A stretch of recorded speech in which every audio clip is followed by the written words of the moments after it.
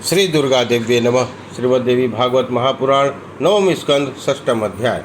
लक्ष्मी सरस्वती तथा गंगा का परस्पर सापवश भारतवर्ष में पधारना। श्री नारायण जी बोले, हे मुने, साक्षात भगवान विष्णु के पास बैकुंठ में रहने वाली सरस्वती कलह के कारण गंगा जी के द्वारा दिए गए साप से भारतवर्ष में अपनी एक कला से नंदी रूप में प्रतिष्ठित है। ये सरस्वती पुण्यदायिनी, पुण्य रूपिणी, पुण्य तीर्थ स्वरूपिणी तथा पुण्यमान मनुष्यों के आश्रय है। अतः पुण्यात्मा लोगों को इनका सेवन करना चाहिए। ये सरस्वती तपस्वियों के लिए तप रूपिणी है और इनकी तपस्या का फल भी वे ही हैं। ये मनुष्य के द्वारा किए गए पाप रूप ईंधन को दग्ध करने के लिए प्रज्वलित अग्नि स्वरूपा है। सरस्वती की महिमा को जानते हुए जो मनुष्य इसके जल में अपना प्राण त्याग देते हैं, वे बैकुंठ में वास करते हैं, दीर्घ काल तक भगवान श्री हरि की सन्निधि प्राप्त करते हैं। भारत में रहने वाला कोई मनुष्य पाप कर लेने के बाद खेल खेल में ही सरस्वती में स्नान कर लेने मात्र से सभी पाप से मुक्त हो जाता है और दीर्घ काल तक विष्णु लोक में निवास करता है। जो मनुष्य चतुर्मास में पूर्णिमा तिथि पर अक्षय नवमी के दिन क्षय तिथि को तथा व्यातिपात या ग्रहण के अवसर तथा अन्य किसी भी पुण्य दिन किसी हेतु से अथवा श्रद्धापूर्वक सरस्वती के से स्नान करता है, वह निश्चित ही बैकुंठ में भगवान विष्णु का सारूप्य प्राप्त करता है। जो मनुष्य 1 महीने तक प्रतिदिन सरस्वती में तट पर इसके मंत्र का जाप करता है, वह महान मूर्ख होते हुए भी कवीश्वर हो जाता है। इसमें कोई भी संदेह नहीं है। जो मनुष्य मुंडन कराकर प्रतिदिन सरस्वती के जल में स्नान करता है, वह मनुष्य फिर से माता के गर्भ में वास नहीं करता। हे नारद, इस प्रकार मैंने सुख देने वाले, मनोरथ रूप करने वाले तथा सार स्वरूप भगवती के गुण कीर्तन का वर्णन कर दिया है। अब आप और क्या सुनना चाहते हैं? सूत जी बोले, हे सौनक, भगवान नारायण की बात सुनकर मुनिश्रेष्ठ नारद अपनी इस शंका के विषय में पुनः शीघ्र उनसे पूछने लगे। नारद जी बोले, हे भगवती, सरस्वती कलह के कारण गंगा जी के साप से भारतवर्ष में अपनी कला से पुण्यदायिनी नदी के रूप में कैसे प्रकट हो गई? वेदों के सार स्वरूप कथानकों को सुनने हेतु मेरा कौतूहल बढ़ गया। इस कथामृत को सुनकर ही मुझे तृप्ति होगी। अपने कल्याण के विषय में कौन संतुष्ट होता है? जो सर्वदा पुण्य और कल्याण प्रदान करने वाली है, उन सत्य स्वरूपा गंगा ने पूज्य सरस्वती को शाप क्यों दे दिया? इन दोनों तेजस्विनी देवियों के विवाद का कारण निश्चय ही कानों के लिए सुखकर होगा। पुराणों के में अत्यंत दुर्लभ उस वृतांत को आप मुझसे बतलाइए। श्री नारायण बोले, हे नारद, मैं यह प्राचीन कथा कह रहा हूँ जिससे सुनने मात्र से ही मनुष्य सभी पापों से मुक्त हो जाता है। आप इसे सुनिए। लक्ष्मी, सरस्वती, गंगा, ये तीनों ही विष्णु की भार्याएं हैं। ये बड़े प्रेम के साथ सर्वदा भगवान विष्णु के समीप विराजमान रहती हैं। एक बार गंगा कामातुर होकर मुस्कुराती हुई कटाक्षपूर्वक भगवान विष्णु का मुख निहार रही थी। तब भगवान विष्णु क्षण भर उनके मुख की ओर देखकर मुस्कुराने लगे। उसे देखकर लक्ष्मी ने तो सहन कर लिया, परंतु सरस्वती ने नहीं।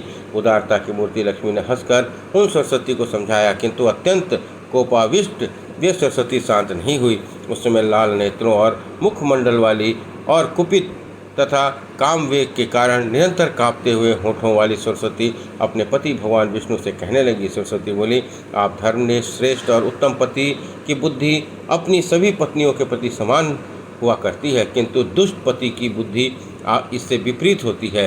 हे गदाधर, मुझे ज्ञात हो गया है कि गंगा पर आपका अधिक प्रेम रहता है और लक्ष्मी पर भी उससे के समान प्रेम रहता है, किंतु हे प्रभु, मुझ पर आपका थोड़ा भी प्रेम नहीं है। गंगा और लक्ष्मी के साथ आपके प्रति सम्मान है, इसलिए गंगा के उस विपरीत व्यवहार को भी लक्ष्मी ने क्षमा कर दिया। अब यहाँ पर मुझ अभागिनी के जीवित रहने से क्या लाभ, क्योंकि जो स्त्री अपने पति के प्रेम से वंचित है उसका जीवन व्यर्थ है। जो विद्वान लोग आपको सात्विक स्वरूप वाला कहते हैं, वे सब वेदज्ञ नहीं हैं, अपितु मूर्ख हैं। वे आपकी बुद्धि को नहीं जानते। सरस्वती के बात सुनकर और उन्हें कोपाविष्ट देखकर भगवान ने मन ही मन को सोचा और उसके बाद में वहाँ से हंसकर बाहर निकलकर सभा में चले गए। भगवान नारायण के चले जाने पर वाणी की धात्री देवी उन सरस्वती ने कुपित होकर निर्भीकतापूर्वक गंगा से सुनने में अत्यंत कटु वचन कहा। हे निर्लज, हे सकाम, तुम अपने पति पर इतना गर्व क्यों कर रही हो? मेरे ऊपर पति का अधिक प्रेम रहता है, ऐसा तुम प्रदर्शित करना चाहती हो।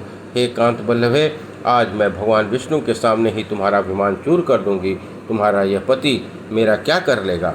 ऐसा कहकर वह गंगा के बाल खींचने के लिए उद्यत हुई। तब लक्ष्मी ने दोनों के बीच में आकर उन सरस्वती को ऐसा करने से रोक दिया। इससे महान बलवती और सती तत्वमयी सरस्वती ने उस लक्ष्मी को शाप दे दिया कि तुम नदी और वृक्ष के रूप वाली हो जाओगी। इसमें कोई संदेह नहीं है। गंगा के विपरीत आचरण देखकर भी तुमने कुछ नहीं कहा और सभा के बीच में वृक्ष और नदी की भांति तुम जड़वत बन गई, इसलिए तुम वहीं हो जाओ। ये शाप सुनकर भी लक्ष्मी ने न तो शाप दिया न ही क्रोध किया। वे सरस्वती के हाथ पकड़कर दुखित हो वहीं पर बैठ गई। कोप के कारण कांपते हुए होठों और लाल नेत्रों और अत्यंत संतुष्ट उस सरस्वती को देखकर गंगा लक्ष्मी से कहने लगी। गंगा बोली, हे पद्मे, तुम अत्यंत उग्र स्वभाव वाली इस सरस्वती को छोड़ दो। यह शील रहित, मुखर, विनाशिनी और नित्य वाचाल रहने वाली सरस्वती मेरा क्या कर लेगी? वाणी की अच्छासी देवी यह सरस्वती सर्वदा कलह प्रिय है। इसमें जितनी योग्यता और शक्ति हो ये सब लगाकर यह आज मेरे साथ विवाद कर ले। यह दुर्मुखी अपने और मेरे बल का प्रदर्शन करना चाहती है, तो सभी लोग आज दोनों का प्रभाव तथा पराक्रम को जान लें। ऐसा कहकर गंगा ने सरस्वती को शाप दे दिया। उन्होंने लक्ष्मी से कहा, जिस सरस्वती ने तुम्हें शाप दिया है वह भी नदी रूप में हो जाए, वह नीचे मृत्युलोक में चली जाए जहाँ पापी लोग निवास करते हैं। यह कलयुग में उन पापियों का पाप ग्रहण करेगी, इसमें जरा भी संदेश नहीं है। गंगा जी के बात सुनकर सरसी ने भी उन्हें शाप दे दिया कि तुम्हें भी धरातल पर जाना होगा और वहाँ पापियों के पाप का अंगीकार करना होगा।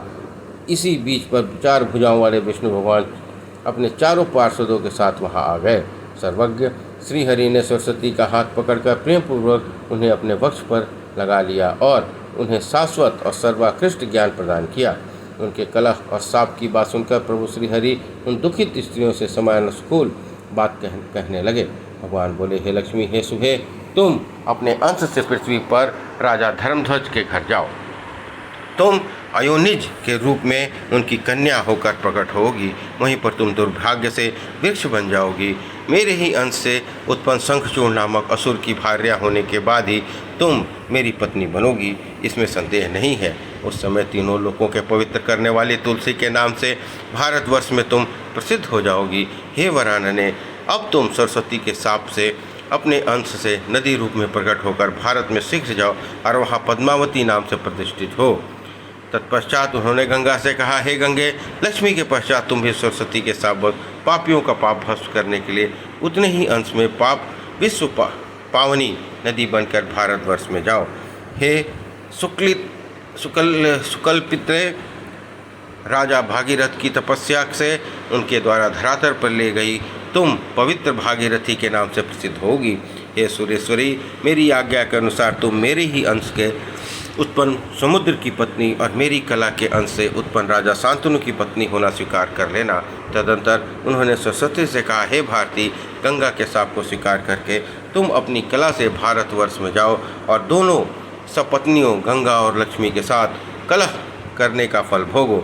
साथ ही अच्युते, अपने पूर्ण अंश से ब्रह्म सदन में ब्रह्मा की भार्या बन जाओ। गंगा जी शिव के स्थान पर चली गईं।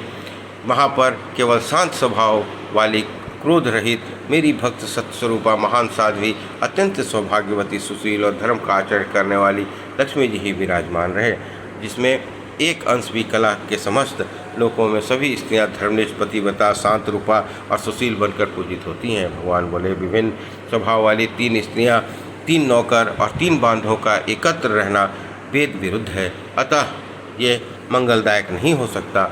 जिस गृहस्थ के घर में स्त्री पुरुष के भांति व्यवहार करे और पुरुष स्त्री के अधीन रहे, उसका जन्म निष्फल हो जाता है और पग पग पर उसका अमंगल होता है। जिसकी स्त्री मुख दुष्टा, कुवचन बोलने वाली, योनि दुष्टा, अभिचार में लिप्त रहने वाली और कलह प्रिया है, उस व्यक्ति को जंगल में चले जाना चाहिए, क्योंकि उसके लिए बड़े से बड़ा जंगल भी घर से बढ़कर श्रेयकर होता है, क्योंकि वहाँ उसे जल, थल और फल आदि की निरंतर प्राप्ति होती रहती है, किंतु घर पे ये सब नहीं मिल सकते। अग्नि के पास रहना ठीक है, किंतु हिंसक जंतुओं के निकट रहने पर भी सुख मिल सकता है, किंतु दुष्ट स्त्री से के सानिध्य में रहने वाले पुरुष को अवश्य ही उससे भी अधिक दुख भोगना पड़ता है। वरानने, व्याधि ज्वाला और विष ज्वाला तो पुरुषों के लिए ठीक है, किंतु दुष्ट स्त्रियों के मुख की ज्वाला मृत्यु से भी बढ़कर कष्टकारक होती है। स्त्री के वश में रहने वाला पुरुषों की शुद्धि शरीर के भस्म हो जाने पर निश्चित भी नहीं होती। ऐसा व्यक्ति दिन में जो पुण्य कर्म करता है उसका फल का भागी नहीं होता। वह इस लोक तथा परलोक में सर्वत्र निंदित होता है। वह नरक प्राप्त करता है। जो यश और कीर्ति से रहित है वह जीते हुए भी मृतक के समान है। किसी पुरुष की बहुत सी पत्नियों का एक साथ रहना कष्टप्रद नहीं है। यह भार्या वाला जो सुखी है ही नहीं, फिर अनेक भार्याओं वाला कैसे सुखी रह सकता है। हे गंगे, तुम शिव के स्थान पर जाओ, और हे सरस्वती, तुम ब्रह्मा के स्थान पर जाओ। यहाँ मेरे भवन में उत्तम स्वभाव वाली लक्ष्मी ही रहे। जिस पुरुष की पत्नी सहज रूप से अनुकूल हो जाने वाली, उत्तम स्वभाव वाली तथा पतिव्रता होती है, उसे इस लोक में तथा स्वर्ग में सुख का धर्म प्राप्त होते हैं। ऐसा परलोक में मोक्ष पद प्राप्त होता है। जिसकी पत्नी पतिव्रता होती है वह मुक्त, पवित्र और सुखी है। इसके विपरीत दुराचारिणी स्त्री का पति जीते जी मृतक के समान है, अपवित्र तथा दुखी है। इस प्रकार श्रीमद् देवी भागवत 9वां स्कंद 6वां अध्याय समाप्त हुआ। बोलिए दुर्गा महारानी की जय।